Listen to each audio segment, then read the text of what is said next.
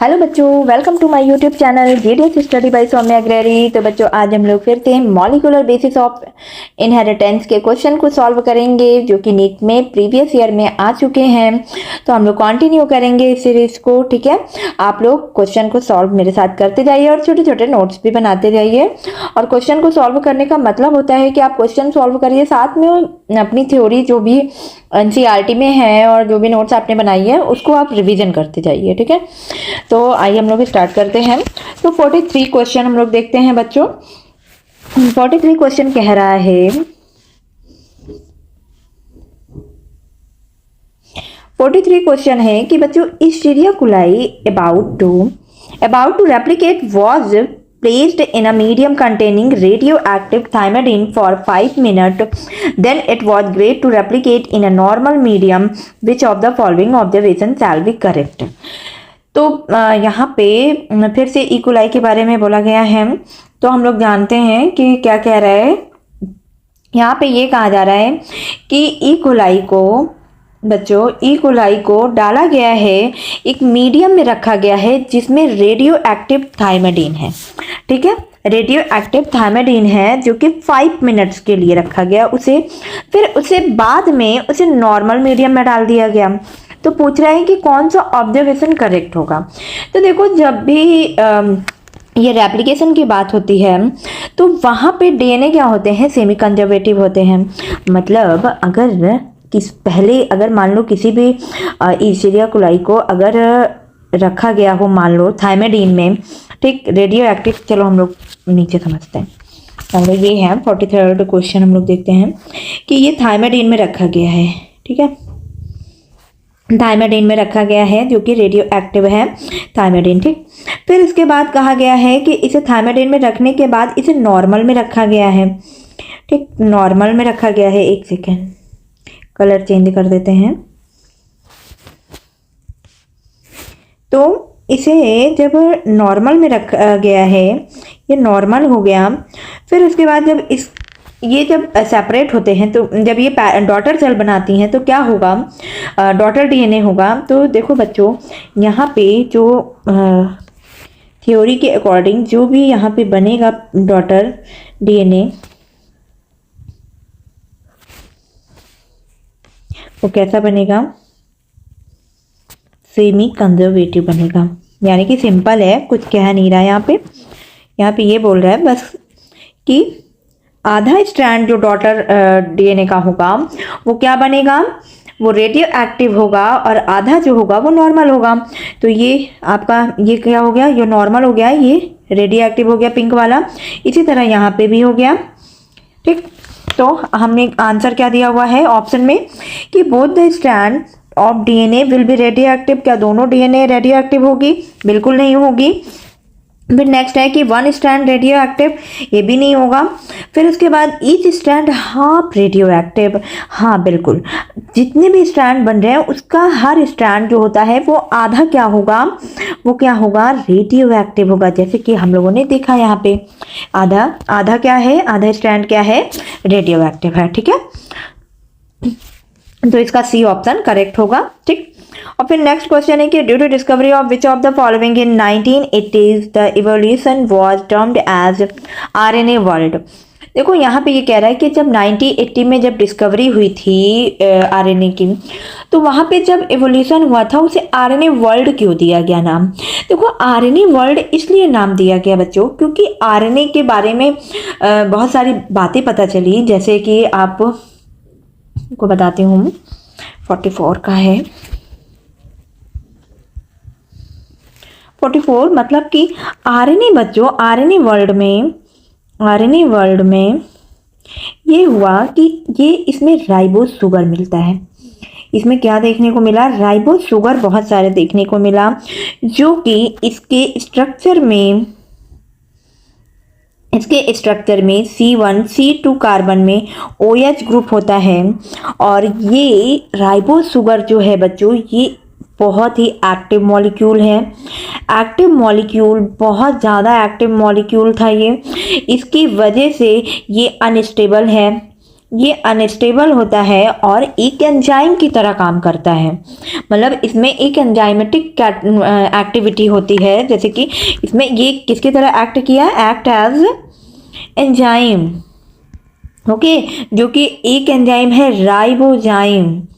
जब protein synthesis होती है बच्चों, एंजाइम बनता है तो आरएनए के थ्रू तो बनता है, ठीक है, एंजाइम की तरह एक्ट किया। तो इसलिए इसमें क्या हुआ कि जो आरएनए वर्ल्ड में जब देखा गया तो आरएनए में एंजाइमेटिक प्रॉपर्टीज पाई गई, ठीक, जो कि हर प्रोटीन बनाने में हेल्प किया, ठीक। तो 44 में हम लोग देखते हैं mRNA, tRNA, rRNA synthesis protein.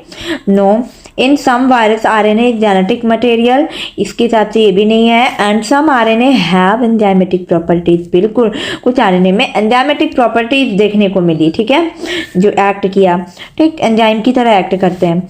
और फिर RNA is not found in all cells, तो ये नहीं है। और फिर उसके बाद नेक्स्ट क्वेश्चन है कि during replication of DNA it's 2 strand separate, each of these serve as a template for the formation of new strand, such type of replication is called। यहाँ पे ये कह रहा है कि जब डीएनए का रेप्लिकेशन होता है उसके दोनों स्ट्रैंड जब अलग हो जाते हैं तो हर स्ट्रैंड नया स्ट्रैंड बनाता है टेम्पलेट की तरह। तो इस प्रकार के जो रेप्लिकेशन उसे क्या कहते हैं बताओ भैया। उसके इस तरह के एप्लीकेशन को सेमी कंजर्वेटिव होते हैं, ये सेमी कंजर्वेटिव कहलाएंगे, ठीक है, क्या कहलाएंगे, सेमी कंजर्वेटिव होगा।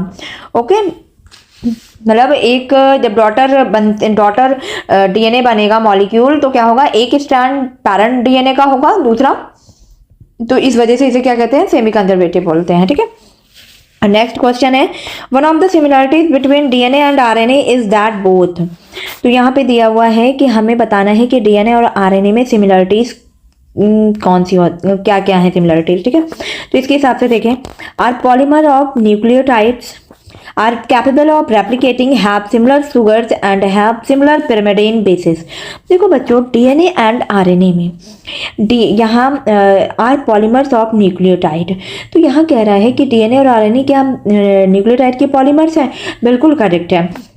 डीएनए एंड आरएनए जो है बच्चों, ये क्या है कि ये मतलब दोनों क्या है, न्यूक्लियोटाइड के ही पॉलीमर हैं जो कि शुगर का बना होता है, ठीक है, sugar and nitrogenous bases and phosphate का बना होता है, ठीक। तो न्यूक्लियोटाइड के ये पॉलीमर हैं, बिल्कुल करेक्ट है ये, ठीक। अब नेक्स्ट ऑप्शन देखते हैं कि आर कैपेबल ऑफ रेप्लिकेटिंग, क्या ये दोनों रेप्लिकेटिंग करने के लिए कैपेबल होते हैं, बिल्कुल नहीं। देखो डीएनए क्या होता है ना, डीएनए क्या होता है, डीएनए डबल हेलिक्स होता है, डबल हेलिक्स होता है, डीएनए जो होगा वो डबल हेलिक्स होगा, जबकि डबल हेलिक्स होता है, जबकि ये आरएनए क्या होते हैं, ये सिंगल होते हैं, ठीक है, इसलिए इसमें रेप्लिकेटिंग नहीं होता है आरएनए में। अब नेक्स्ट है कि हैव सिमिलर शुगर्स। देखो शुगर की बात कर रहा है, सिमिलर शुगर की बात कर रहा है तो नहीं। डीएनए में क्या होता है, डीएनए में शुगर क्या होते हैं, डीऑक्सीराइबोज होगा, डीऑक्सीराइबोज शुगर होगा, जबकि आरएनए में क्या होता है, राइबोज शुगर होता है, ठीक। तो ये तो डिफरेंट हो गया, सिमिलर नहीं होते हैं, ठीक। नेक्स्ट है सिमिलर पिरिमिडीन बेसिस। तो यहाँ पे पिरिमिडीन का मतलब हो गया बच्चों, यहाँ पे थाइमिन एंड एडेनिन की जगह में साइटोसिन की यहाँ पे जो भी आपको ये डीएनए एंड आरएनए में देखने को मिलेगा पिरिमिडीन,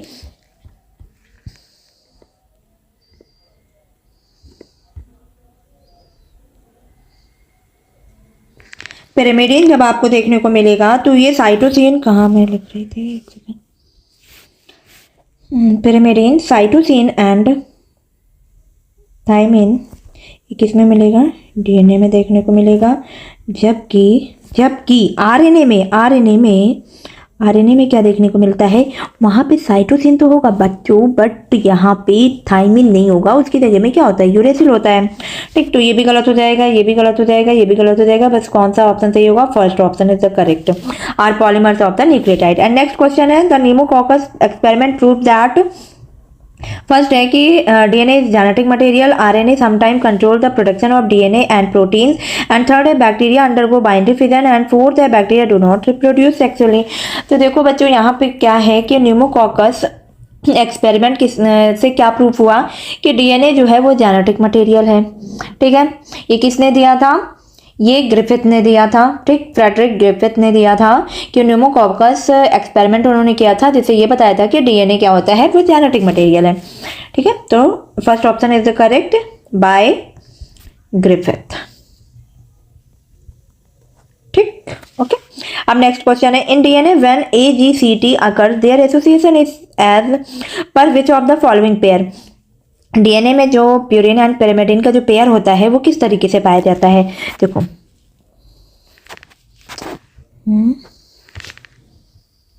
क्या होता है, adenine and thymine and cytosine and guanine.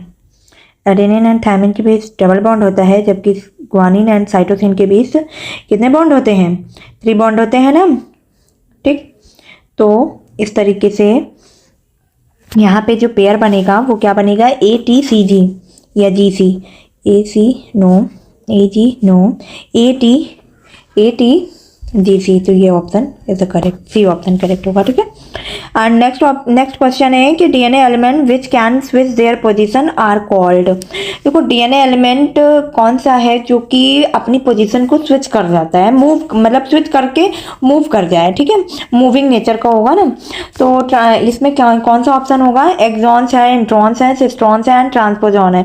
तो बच्चों इसका जो करेक्ट ऑप्शन है वो ट्रांसपोजॉन्स है। ठीक है, ट्रांसपोजॉन जो होते हैं वो डिफरेंट जीनोम या सेम जीनोम में अपनी साइट को एक जीनोम से दूसरे साइट में चेंज करते रहते हैं। ठीक है, ट्रांसपोजॉन होगा। ठीक, अब नेक्स्ट क्वेश्चन है, genes are packaged into a bacterial chromosome by, इसमें फर्स्ट ऑप्शन है हिस्टोन, सेकंड है बेसिक प्रोटीन एंड थर्ड है प्रोटीन एंड फोर्थ है एक्टिन। तो जीन्स जो कि बैक्टीरिया में पैक रहते हैं बैक्टीरियल क्रोमोसोम में, तो किसके द्वारा होते हैं? वो बच्चों, बैक्टीरिया क्या होता है? बैक्टीरिया एक प्रोकैरियोटिक ऑर्गेनिज्म है। ठीक है, तो ये बेसिक प्रोटीन के थ्रू क्या होते हैं? बाइंड होते हैं, एसोसिएटेड होते हैं। ठीक, किसके थ्रू? बेसिक प्रोटीन के थ्रू। अब ये बेसिक प्रोटीन कौन कौन से हैं, लिख लेते हैं हम लोग। पहला है आपका स्पर्मिडीन,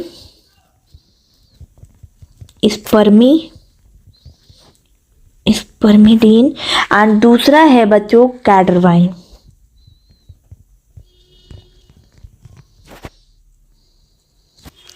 ठीक है, कैडरवाइन। ये क्या होते हैं? ये पॉलीएमीन्स होते हैं, बेसिक प्रोटीन, और किससे? डीएनए के साथ एसोसिएटेड होते हैं बैक्टीरिया में। ठीक है, तो इसका ऑप्शन कौन सा होगा? B option is the correct. And next है, the hereditary material present in the bacteria Escherichia coli is. तो इसमें बैक्टीरिया में कैसे हेरिडिटरी मटेरियल प्रेजेंट होगा? डबल स्ट्रैंडेड सर्कुलर डीएनए होता है। ठीक है, तो इसमें ऑप्शन क्या होगा? Single stranded, double stranded RNA no, single strand no, double stranded DNA बिल्कुल करेक्ट है, D option is the correct होगा। ठीक है, एंड नेक्स्ट है, Okazaki fragments are seen during. Okazaki fragments दिखाई दिया, कब दिखाई देता है, कब दिखाई दिया था बच्चों? जब रेप्लिकेशन होता है। ठीक है, ये ट्रांसक्रिप्शन या फिर ट्रांसलेशन, ट्रांसडक्शन से नहीं मतलब है, ये रेप्लिकेशन होता है, तब वहाँ पे उस समय ओकाजाकी फ्रैगमेंट्स बनते हैं।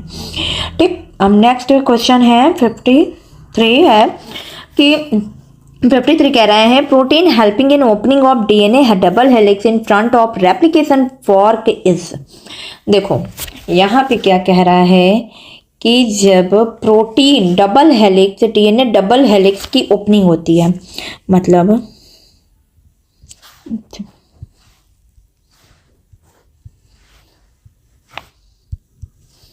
जब डबल हेलिक्स डीएनए होते हैं और उनकी ओपनिंग होती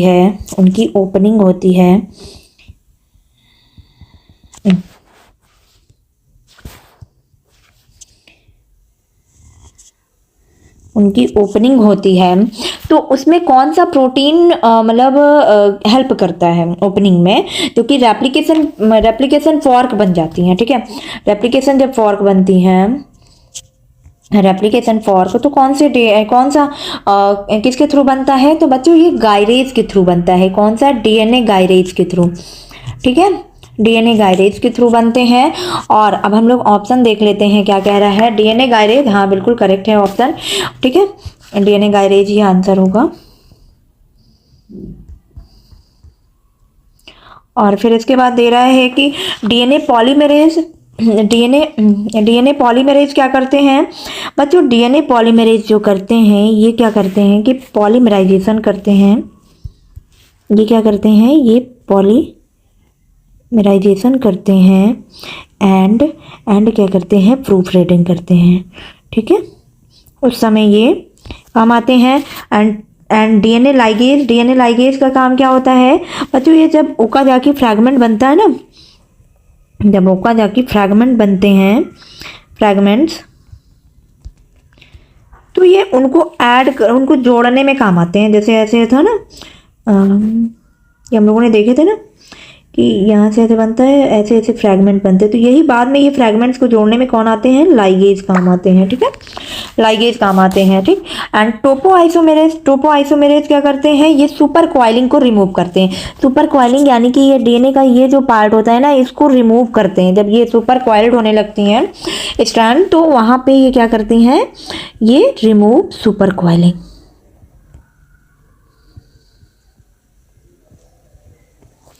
हो गया, तो आंसर कौन सा होगा, डीएनए गायरेज है। और फिर नेक्स्ट क्वेश्चन है, there are special protein that help to open to DNA double helix in front of the replication form, these proteins are, वही क्वेश्चन को रिपीट किया है, तो डीएनए गायरेज होगा। ठीक है, एंड नेक्स्ट क्वेश्चन है, which one contains 4 pyrimidine bases. लो यहाँ पे ये कह रहा है कि pyrimidine बेसेस कौन से इसमें है जो कि कंटेन करता है। तो देखो pyrimidine बेस क्या क्या होंगे पता है, क्या क्या होते हैं, साइटोसिन एंड थायमिन। ठीक है, एंड प्यूरिन क्या क्या होते हैं, एडेनिन एंड ओके। अब हम लोग फाइंड करते हैं। तो बच्चों क्या होगा, 4 इसमें से फाइंड करने की जो कि 4 pyrimidine बेस को कंटेन करता है, ना 4 से कम ना 4 से ज़्यादा। ठीक है, तो आपका ये क्या हो जाएगा, जी क्या है, प्यूरिन है, ये क्या है, ये भी प्यूरिन है, टी क्या है, थायमिन यानी कि ये pyrimidine हो गया, पी वाई, सी क्या हो जाएगा, सी भी क्या हो जाएगा, pyrimidine हो जाएगा, एडेनिन क्या है, प्यूरिन है, ये भी प्यूरिन है, टी क्या हो जाएगा, pyrimidine हो जाएगा, जी क्या हो जाएगा, प्यूरिन हो जाएगा, एंड सी क्या हो जाएगा, pyrimidine हो जाएगा। तो pyrimidine यहाँ कितने हैं, 1 2 3 4 5, नो ये नहीं होगा। नेक्स्ट क्वेश्चन है, जी सी, देखें जी क्या है, एक सेकेंड, जी क्या है, जी क्या है, यहाँ पे प्यूरिन है, एंड ये क्या हो जाएगा, pyrimidine हो जाएगा, एंड यू क्या हो जाएगा, यू यानी कि समझ रहे हो, यू का मतलब क्या हो गया, यू का यहाँ पे आरएनए से दिया गया है, थायमिन की जगह में यूरेसिल होगा।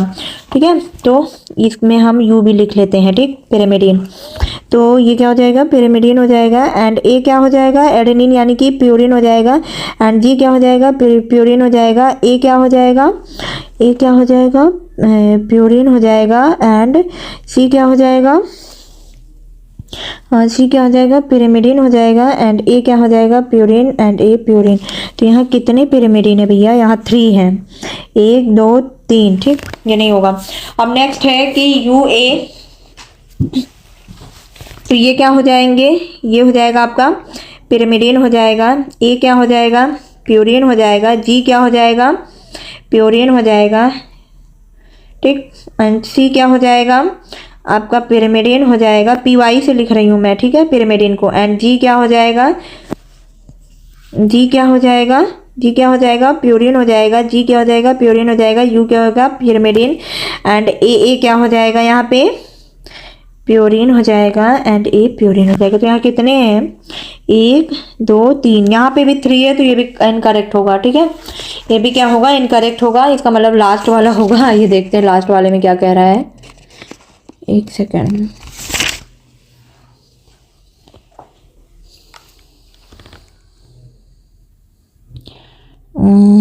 क्या है, हाँ ये टी क्या हो जाएगा,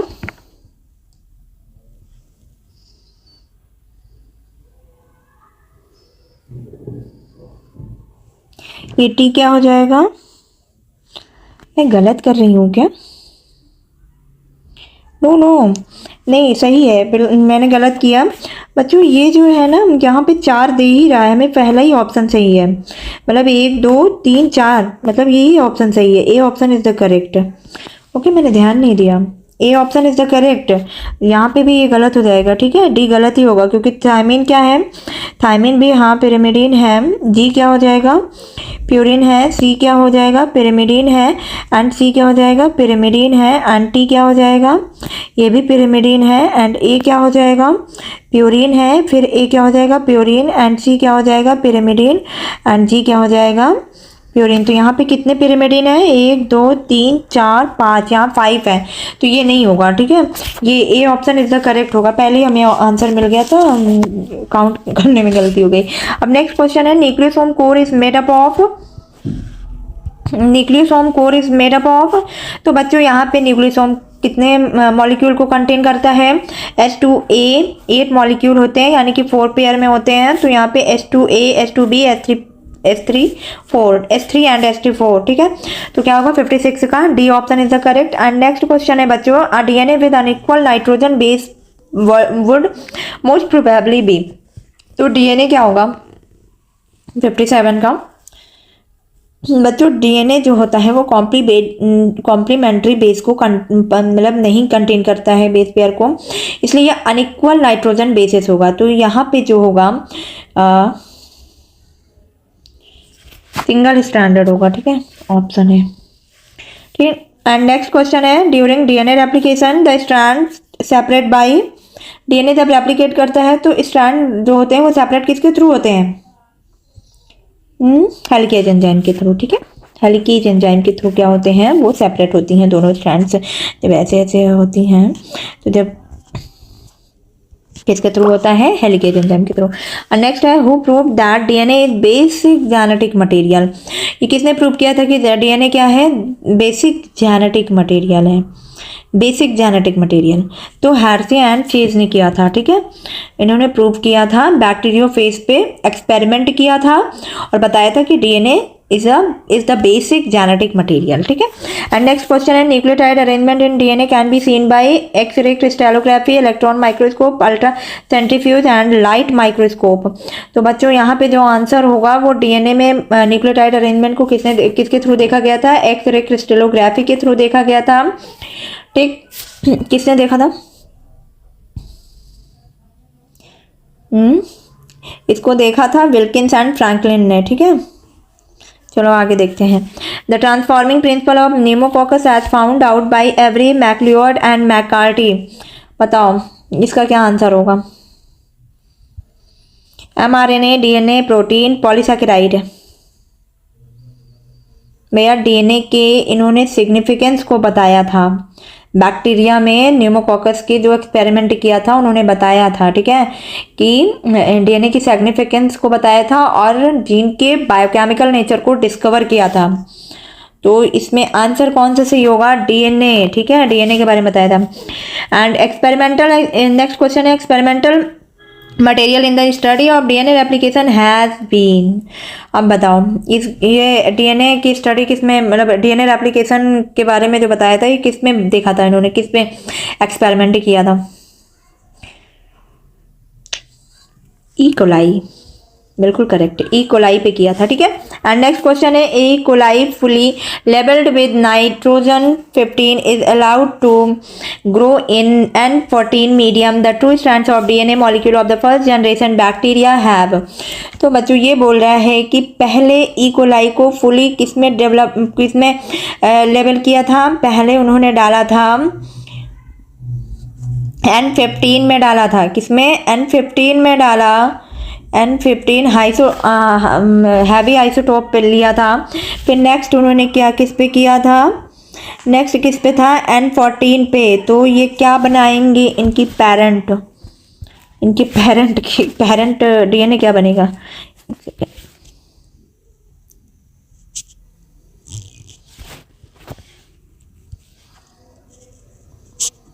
ऐसे बनेगा ना, ठीक है ना। तो क्या होगा यहाँ पे डिफरेंट ऑप्शन दिया different density and do not resemble parent DNA, different density but resemble parent DNA, same density and resemble parent DNA, same density but do not resemble parent DNA. भैया यहाँ पे डिफरेंट डेंसिटी होगी और ये parent DNA से different हैं, ठीक है, मतलब एक जैसे नहीं दिख रहे हैं, दिख रहे हो, सेमी कंजर्वेटिव बना रहा है ना, तो ये ऑप्शन इज द करेक्ट होगा।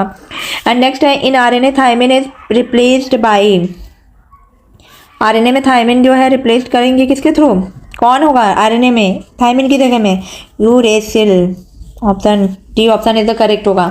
ठीक, तो बच्चों ये रहे आपके सारे क्वेश्चंस। अब हम लोग नेक्स्ट वीडियो में नेक्स्ट क्वेश्चन के पढ़ेंगे और ट्रांसक्रिप्शन के बारे में हम लोग क्वेश्चन को सॉल्व करेंगे। किसके बारे में, ट्रांसक्रिप्शन के बारे में देखेंगे, ट्रांसक्रिप्शन टॉपिक लेके आएंगे, उसके सारे जितने भी प्रीवियस ईयर में क्वेश्चन आ चुके हैं उसको हम लोग सॉल्व करेंगे। तो आप लोग इसी तरह बने रहिए और क्वेश्चन सॉल्व करते रहिए, क्योंकि क्वेश्चन सॉल्व करना बहुत ज़रूरी है। अगर आपको नीट में अच्छे मार्क्स लाने हैं, आपको सिलेक्शन चाहिए, तो क्वेश्चन सॉल्व करिए, रिविज़न करिए एंड छोटे छोटे नोट्स को भी बनाते जाइए, ठीक है। ये दोनों चीज़ें बहुत ज़रूरी होती हैं, क्वेश्चन सॉल्व करना एंड रिवीजन, क्योंकि कुछ बच्चे होते हैं वो पढ़ के छोड़ देते हैं, उनको लगता है सब याद है हमें, ऐसा नहीं होता है, याद रहता है बट धुंधला हो जाता है वो चीज़, तो हमें हमेशा रिवीजन करनी है, ठीक है। बायोलॉजी क्या है, रटना ही है, उसे समझना है, रटना समझना दोनों है, तो बस आपको बार बार रिवीजन करनी है। और रही बात फिजिक्स एंड केमिस्ट्री की, तो वो तो आपके प्रैक्टिस पे बेस है कि आप कितनी प्रैक्टिस करते हो उसके लिए, ठीक। बट बायो में क्या है, बायो में आप जितना रिवीजन करोगे, क्वेश्चन लगाओगे, उतना आपको मतलब कॉन्फिडेंस आएगा और उतनी ही बायो आपकी स्ट्रांग होगी, ठीक। तो अब हम लोग नेक्स्ट टॉपिक कौन सा करेंगे क्वेश्चन सॉल्व, ट्रांसक्रिप्शन के बारे में। जितने भी प्रीवियस ईयर में आ चुके हैं, तो 36 साल के पुराने पेपर्स हैं ये, जितने भी आ चुके हैं उनसे रिलेटेड क्वेश्चन है, और थ्योरी भी पढ़ते जाया करो आप लोग, ठीक। तो चलिए नेक्स्ट वीडियो में मिलते हैं, all the best, thank you.